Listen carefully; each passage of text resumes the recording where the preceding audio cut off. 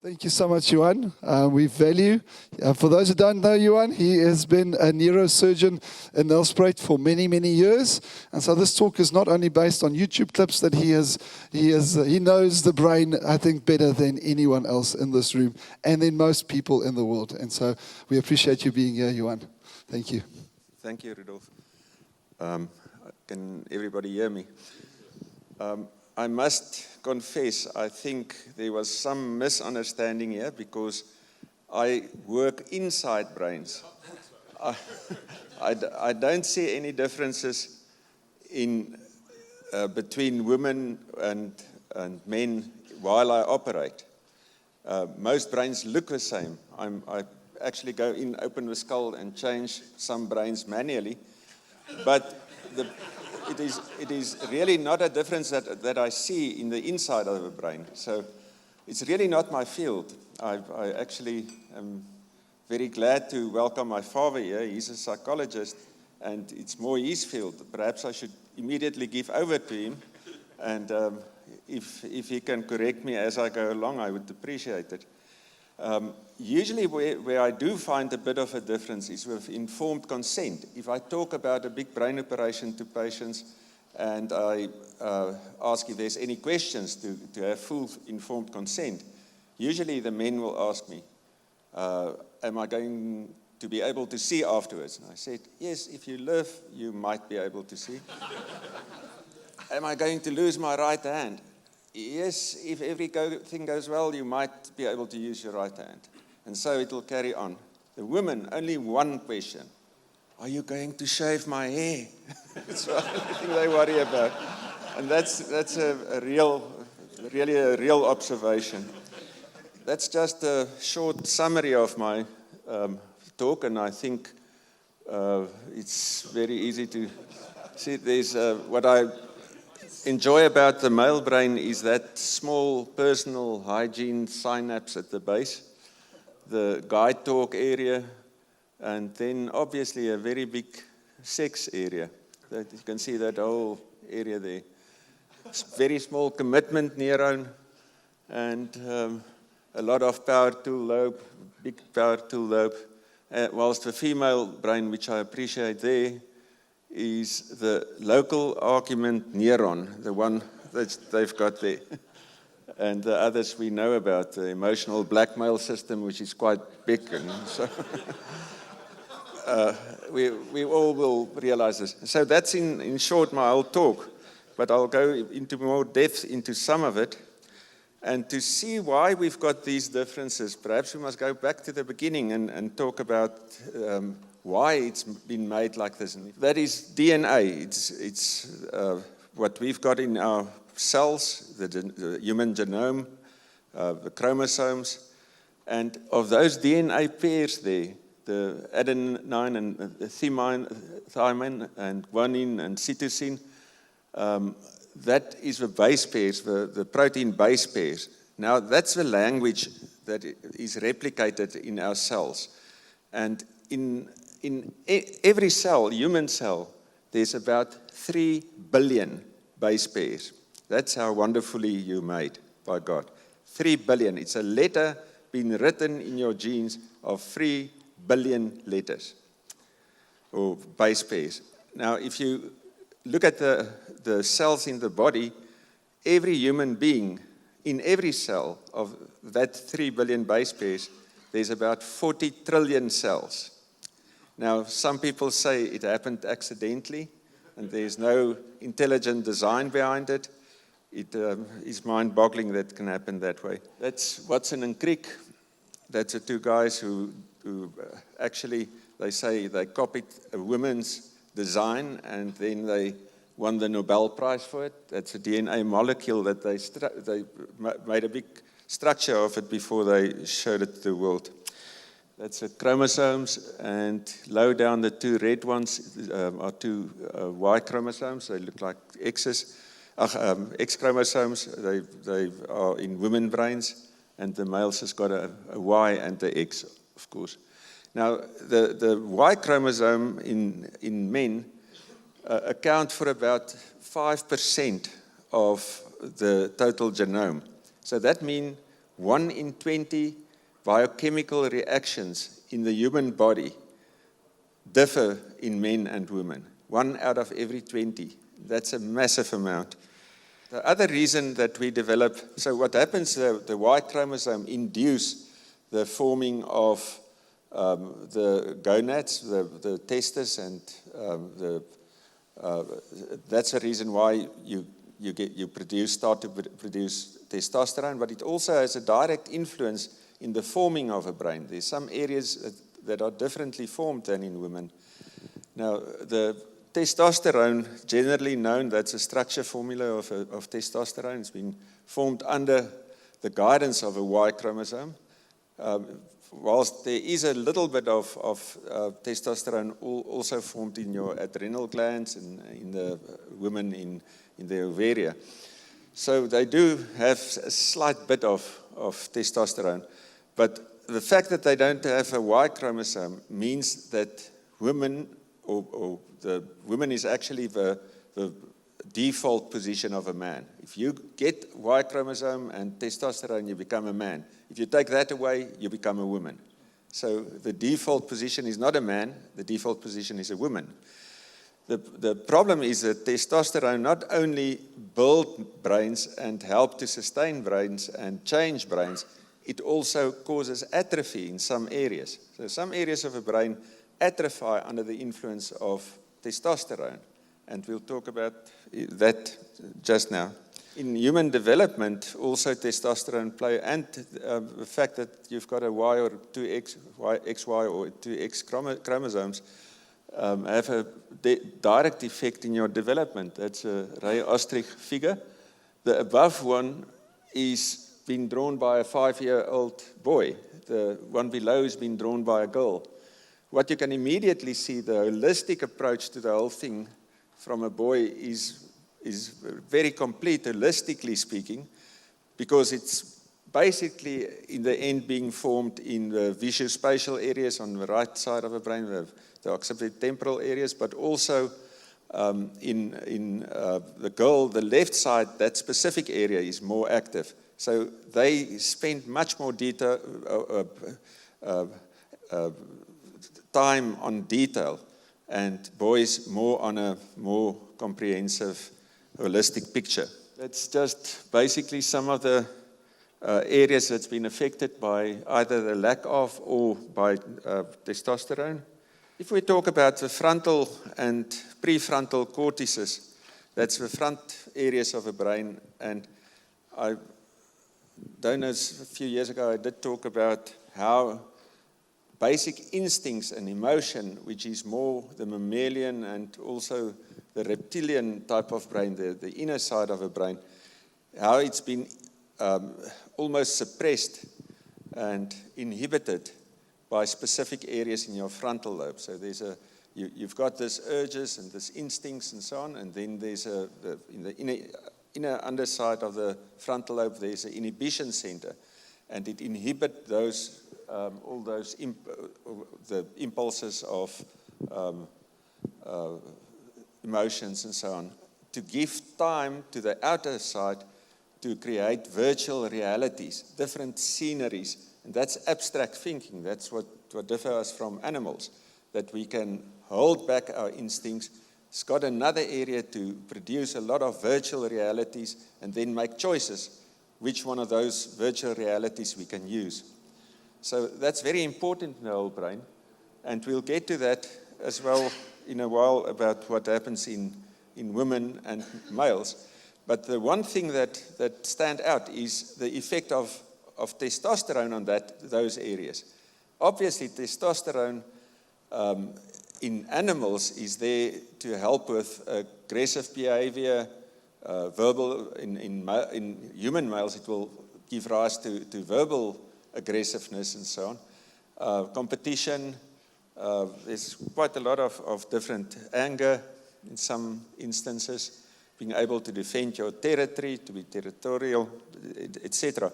So males have to do the extra, go the extra route to try to suppress those feelings, because testosterone is actually trying to overrule those inhibition centers. while women find it much easier to do because they haven't got all those drives and initiatives that come from low down in your brain. Just to go back to children, they say baby monkeys, like little girl monkeys, they like to look at faces and plush toys, whilst little monkey boys like to play with little toys with wheels. That is how much it is ingrained in human beings. In little children also, girls tend to look at faces. If their mother or father is there, they will look in their face very early, whilst boys like more to try to find out what changed in the surroundings and in the environment. So even in adulthood, we know women tend to love faces and they connect with faces, and men like things. That's how it works. That's the area right around the corpus callosum. You can see that white structure in the middle that looks like a C. Now, just above and in front of that is the cingulate area, and it's a very, very important area in terms of regulation of emotions and so on. So what happens there is what they call the worry-what center. Especially in women, it is what gives them self-consciousness. It's also that will give you evaluation of what is happening around you in terms of how people feel towards you, also a bit of gut feeling, etc. But since it is such an important area in terms of worries and so on, it can easily go over and affect and become an obsessive type of thing. So that's why I showed that, because when people started getting psychiatric problems around about the 40s, there was a guy, Preez, a Portuguese neurosurgeon, and he developed what they called a lobotomy, a frontal lobotomy. And it's not that he won the Nobel Prize for that, because he helped 80,000 people, apparently, that stage, what they thought.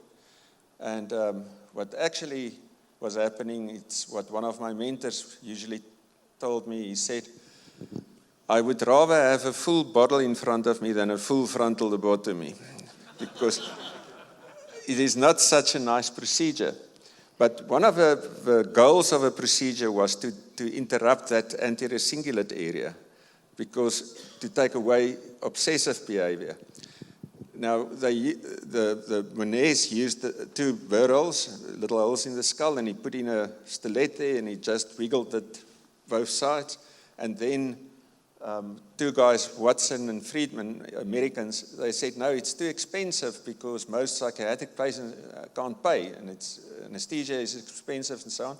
So they developed the transorbital, which is shown here, frontal lobotomy, where they go through the eye socket, and they just, in the rooms, as an outpatient procedure, injected a bit of local anesthesia, put that pin through, the stiletto, and they jiggled it, and then they cut the cingulate gyrus there. Now, in this time when it happened, there was a real backlash because of movies like One Flew Over a Cuckoo's Nest, and so I don't know if anybody has seen those movies. And so people started to form pressure groups to try to take back the Nobel Prize of Preez, because he left a lot of zombies on Earth. Around about 80,000 people were lobotomized at that stage. And so the pressure groups was going on, and he was already dead. So they tried to take back the prize posthumously. And at this stage, I was working at the old H.F. Verwoerd Hospital, which is now the Pretoria Academic. And the psychiatry department asked me one day, they consulted me about a woman who had this intractable pain syndrome, totally obsessive about the pain. And it's one of the tracks where obsessions will go through, is the anterior cingulate area. And I was so reluctant to do anything because this whole thing was just playing out about the uproar, community uproar and so on. So I didn't want to do anything. But eventually, against my better knowledge, I agreed because I read about the newer techniques in terms of like what they call like leucotomies, or leucotomies, and cingulotomies, and all those. And I eventually agreed to go in, and it's a very easy procedure. Just open a small area here, pull back the frontal lobe slightly, and you can see that cingulate gyrus there. It's like a little fold in the brain. And we had previously they had a knife with a little ball on top of it to prevent you going too deep inside the brain. But it is a few millimeters deep, and I actually took a quarter and I cauterized and I sucked out that little area. Trying to save this lady's life because everybody said she was so suicidal, she would definitely commit suicide in the next few weeks or whatever. And like most procedures, the early honeymoon was fantastic. I was showered with gifts and accolades and chocolates and flowers and everything that you can think about because this lady's pain was gone. But as all honeymoons, after 6 weeks of follow-up, I started smelling a rat. And that's literally speaking, because this lady didn't worry, not only stopped worrying about the pain and all the obsessions, she started worrying in total. She didn't worry about her appearance, she didn't worry about her personal hygiene, and it was a terrible sight. And it was in the bigger Pretoria East community. She was quite a well-known lady. So it was one of the skeletons in my cupboard, which was almost shown to the whole world. And that's where I decided never to do psychiatric surgery again. I just declined from there on. But if your wives are a bit nagging and they are a bit overly neat and they're obsessive about some of the things that you should do, listen to them and say thanks to God that they worry. They've got a worry what center there for a reason. Because if they don't worry, it's terrible. It's terrible. Don't let it happen to you. Now, if we talk a bit more about the parietal areas, we know that the Broca and Wernicke area is in that area, and the speech areas, the Broca is more the motor speech area, and Wernicke is the sensory, where you think about words and so on, and the pronunciation is in the Broca area. And we know that in males, testosterone atrophy those areas to some degree. And we know that women excel in all measures of verbal abilities. That we know. I mean, if you can just listen to them. Except in one, and that is what they call verbal analogies. Now, that's the one I should excel in, and I had to go and look and Google what they exactly mean by verbal analogies. Well, it is something like life is like a shadow in Macbeth, or life is like a box of chocolates in Forrest Gump. That's a verbal analogy, so for some reason we excel in that. I'm not quite sure why, but we know that ladies do know how to, they're very eloquent and they can talk very well, almost like Rudolph. I started wondering whether you've got some extra estrogen. In terms of visuospatial abilities, men are much superior. So to take a 2 or 3 dimensional object, it can be a very intricate object, and to turn it around in space and know what is going on where is much more for a male brain, and that's why they're very good engineers and so on. Whilst women struggle with that, it's almost impossible. The same area, but more on the right-hand side, the parietal lobe, is the navigation area. Now, to navigate your position, men use a strategy, what they call dead reckoning.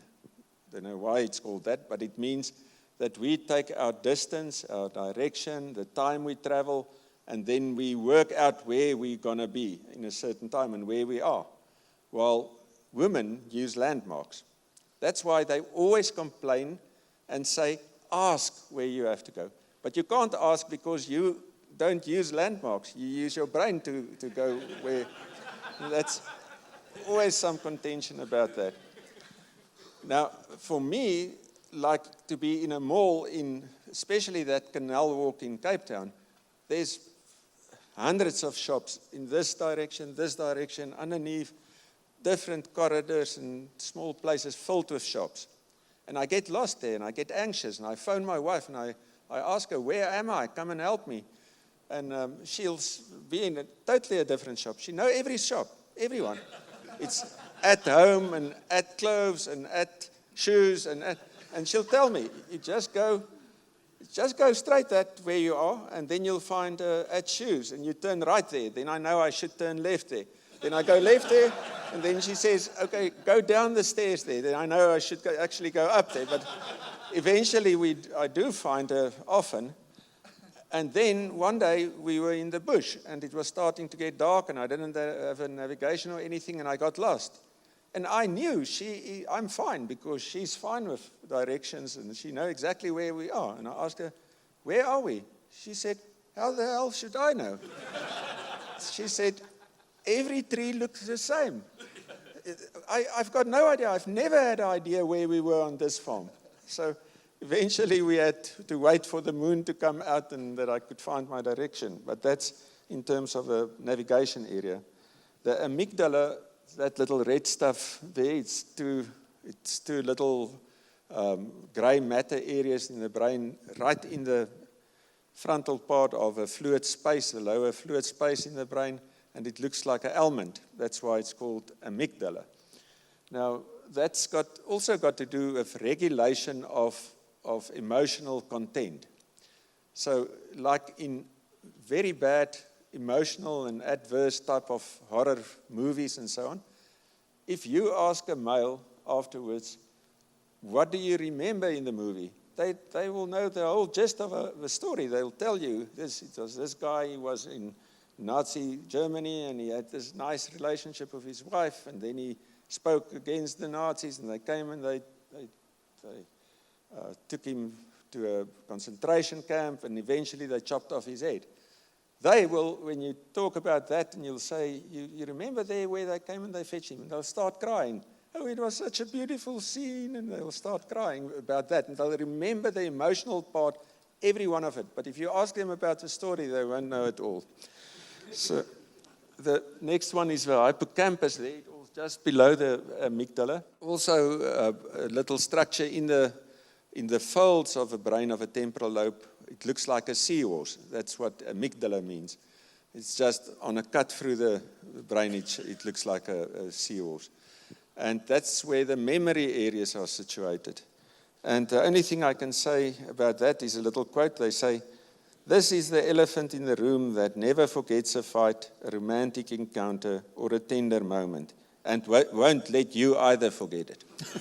So, especially in women.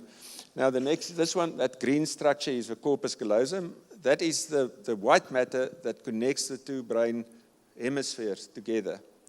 And that's the C form. So right at the back here on the left-hand side, there's a little area they call the isthmus of the corpus callosum, which is better developed in males.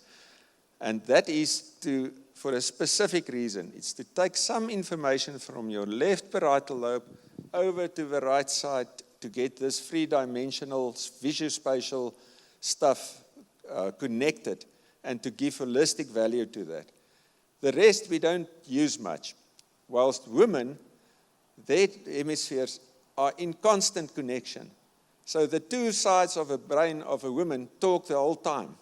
Even if we don't see them talking, they are talking the whole time. We're not. We just use it occasionally. I don't know if you've been to a braai or a party or so, and then there's 5 couples, and the 5 males will stand this side at the fire, and the one will talk a bit, and the others will just listen. And now and again you'll hear, yeah, swan, yeah, no, or some grunts or whatever, and they'll enjoy it. At the other side of the table, you'll find the 5 women. They'll sit 2 here, 2 there, 1 there, And these two will talk the whole time. This two will talk the whole time to each other. And this one here will talk a bit here, talk a bit there. So it is a constant chatter the whole time. And I realized, I thought, yes, it's busy, their brains. They can talk a lot the whole time. And until I realized it wasn't only 5 women there, it was 10, because inside their brains they were also talking the whole time.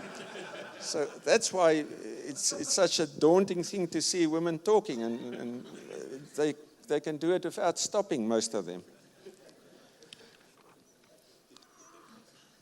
The next area is a bit more sensitive, but it's a very important part in male brains especially, and that's the brain below the belt. Now, all of us men, we know that a certain member below the belt has got a will of its own. And it can come to attention without a single command from the higher centers. And I'm not only talking about what we call sometimes a morning glory, like I know, I don't see Mark Barry, he once told me, no, it's a urine monster. But it's not only because of urine that's building up, it is because it is a different brain, truly. There's some hormonal receptors on the spinal cord and in the testes and on the penis, which is very sensitive to a bit of a rise of testosterone. So it's a cyclic type of thing, and in the mornings there's more testosterone available in the blood, and so these areas get triggered, but also in other times it can happen. So women usually are quite astonished, and they don't believe you. What did you think about? Who did you see? Who did you think? And it's nothing. You didn't even notice it, but they notice it.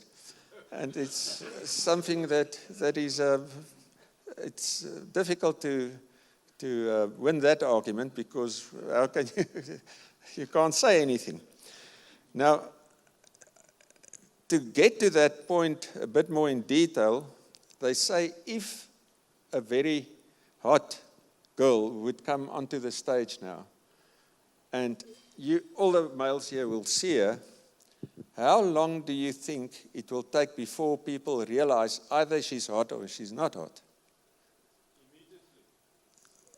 Well, you're more or less right. Not immediately.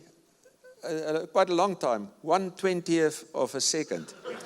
That's what they say.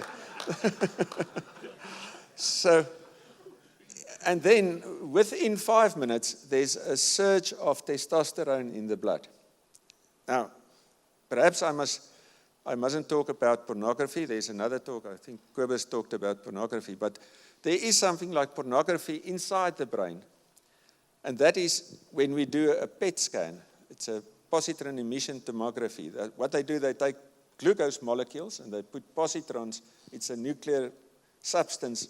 They connect to it, and you drink it. And when you think about something, that area of the brain uses the glucose, and it flares up on a scan. So you can look at a scan and you can see the flaring, flashing lights for whatever. So if you see the girl, what will happen is there will be flaring up of the visual apparatus, the retina, the optic nerves, the optic tract, the primary visual area in your occiput, the secondary visual area, and from there it's straight line like a beeline to your hypothalamus. And the hypothalamus go to the hypophysis gland, and the hypothalamus secrete a lot of hormones, and it affects your whole autonomic nervous system that go down the spine, and then that's how you get a erection eventually. But if you follow this light, the next thing that will happen is there's an area they call the anticipation of pleasure area in the frontal lobes, so that you anticipate that there's something going to happen here, and that lights up then. So then there's a bright light. The next thing is the frontal lobes suddenly will just light up brightly, and that is to say, pay attention now, pay attention now. And that's what's happening inside the brain. And then there's areas like danger and alert centers and so on in the brain. There's a lot of other centers. So that's when, if you look at the pornography, the PET pornography firm, what you will find is the South African phenomenon happening suddenly. And that is what we all know, load shedding. It's almost like load shedding. The rest of the brain go totally black. It's like a blackout. There is nothing there's no warning system, there's no evaluation center, there's no risk evaluation. It just goes numb and black. Total load shedding of the rest of the brain. Now, we see that even in animals. I don't know if you've been in the park while it's rutting season. I've seen those impala rams almost trying to spaker a leopard because there's just no evaluation of anything else. The leopard actually come right to them and they eat them because there's no warning system. It's gone. It's blacked out. So eventually then what will happen, it will go on like almost, I don't know if you were young, you played pinball, those pinball machines and the lights going on. Eventually, when it come to the big O, it will start going like a pinball machine in there. And even areas like the ventral tegmental nucleus, very near the brainstem, will start to flare up. And that is pain suppression areas. So even if they put a knife in your back, you will carry on. You won't feel it. Now, to go from, just to get back to this, obviously women, they start putting out the lights and the warning systems the morning before the time. It's not on impulse. So they start during the day, they switch off this light, they think about that, switch off that light, flare up that area, and so on. So just remember, they are not like you. You must take time and to let her anticipate if you want to have sex, or else you're going to be like the impala, you're going to be eaten.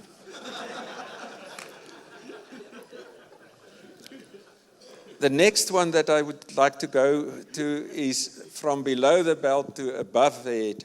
And I want to talk just quickly about the God faculty in the brain.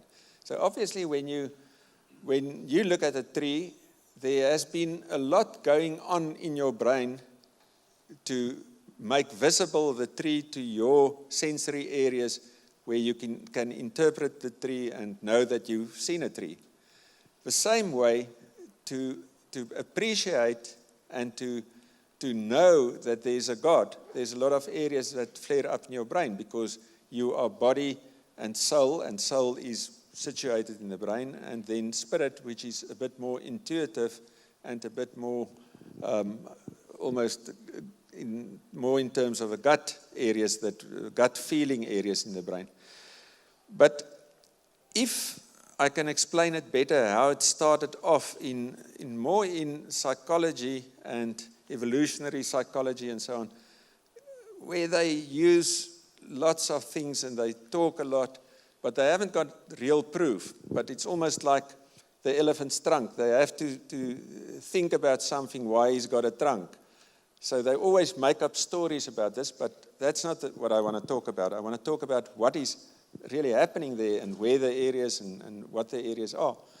And it is, I can explain it better if I tell you what happened a few weeks ago with me. I was coming from a shop, going to home, driving in the direction of a hospital almost. And then suddenly this big Ranger double cab bakkie was rear-ending me almost with his lights and trying to get past me and on the white lines there and double the sperstreep. And I couldn't first I didn't know what he was trying to do. And then I realized this is a bully and he's trying to get in front of me and he wants to show off and he wants to show his superiority of driving skills. And I started to feel angry. I got anger in me.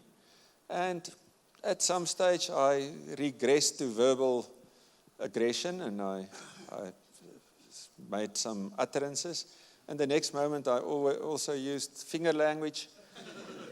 And I knew this guy is danger. And I couldn't wait, because I've got a little stick in my car, which I call a short stick, which I learned to fight with.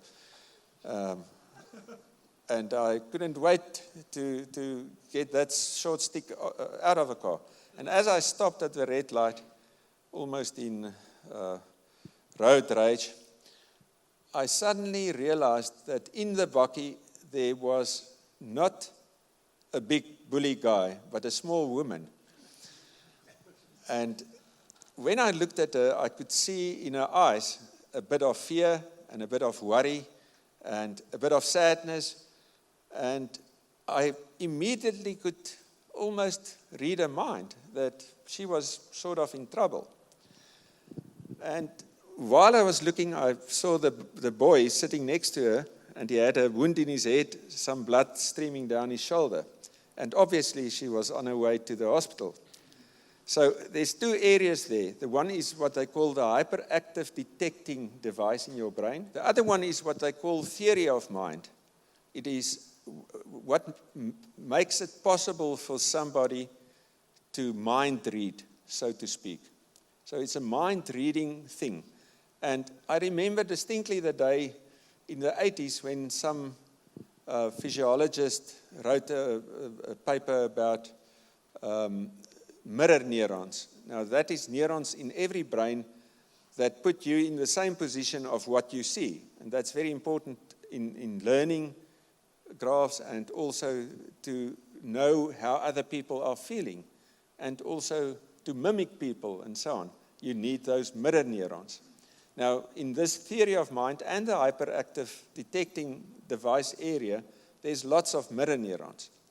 So immediately in my brain, it shifted from the hyperactive detecting device, where I really appreciated this anger and this agency of this motor car that was going to damage me, and it switched over to my theory of mind area, where I could appreciate and read somebody else's mind, which is the basis, what the evolutionary people say about where it started off, because people like to anthropomorphize, give non or human attributes, or ascribe human attributes to non-human things. Like in the old days, they said the lightning is a god, it's Thor coming down on us, and so on. And that's where they say it started off with. But then there's another area also, which they call the extra hyperactive detecting device, and that is the why me type of area. Why did my parents die? Why did it happen to me? And that's also part of that whole God faculty they're talking about. And the last one is what they call, I think they call it something like promiscuous teleology, not theology, teleology, which is actually to give purpose to something when it's not there, but in a very infant way. So children will say, if you ask them, why is this rock, it's got this sharp points on, they will say, so that the animals won't sit on the rock. That's a way of looking at some purpose which is not necessarily there. So after this, all these areas came together, people started also to think about things like when their thinking brain was kicking in, why is there something rather than nothing? When abstract thinking started. And together with this, all these other areas, they had to realize, but there must have been a prime mover, or there must have been something that started everything. And there must be a God to account for all this. And that's where it developed. And that's where the males are much better.